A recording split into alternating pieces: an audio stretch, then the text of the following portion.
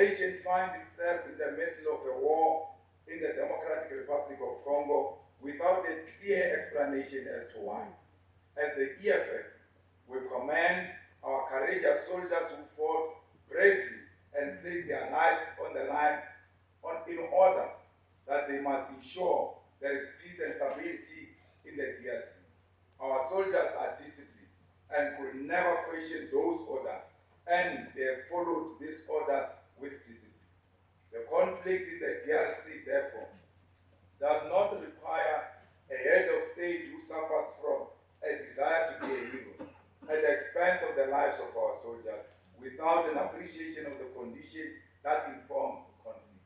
It is when you do not appreciate the condition that inform the conflict in the DRC that you speak in folk tongues when you speak to the president of Rwanda and communicate a different message to the people of South Africa. Lies have short legs, Mr. President, and we demand clarity from you because you have sent our soldiers to their death and then antagonized forces in their region, knowing very well you are not prepared for war.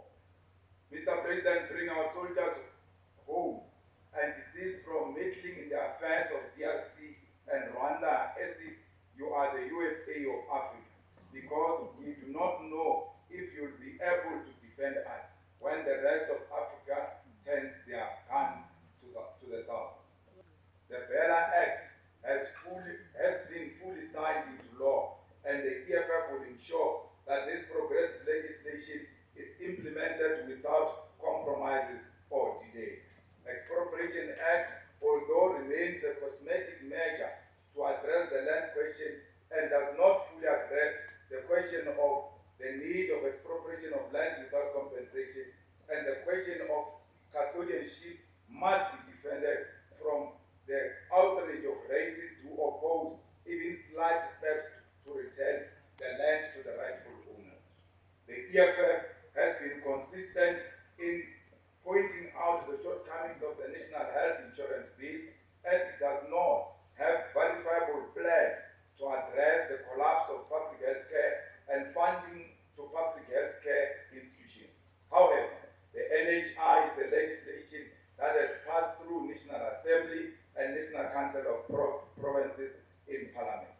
As a result, we must defend the principle of law-making processes as enshrined in the Constitution, because the so-called GNU does not have the power to reverse or review the bills which have already passed in Parliament.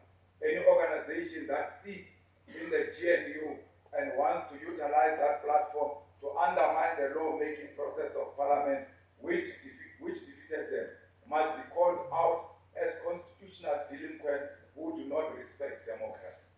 Democracy remains democracy even when it does not favor you, and we must defend this principle at all costs.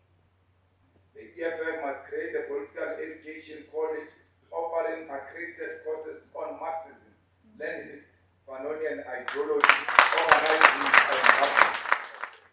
The EFF must introduce student debt cancellation legislation in Parliament to ensure that all student debt is cancelled and no student enters the job market already indebted. This plenum must resolve on the operational mechanism to execute these key resolutions, amongst many others, as it relates to basic education, sports and culture, governance, justice, peace and security, state capacity, progressive internationalism, and state capacity. This mechanism must include guidelines, particularly when it relates to the establishment of regional structures and EFF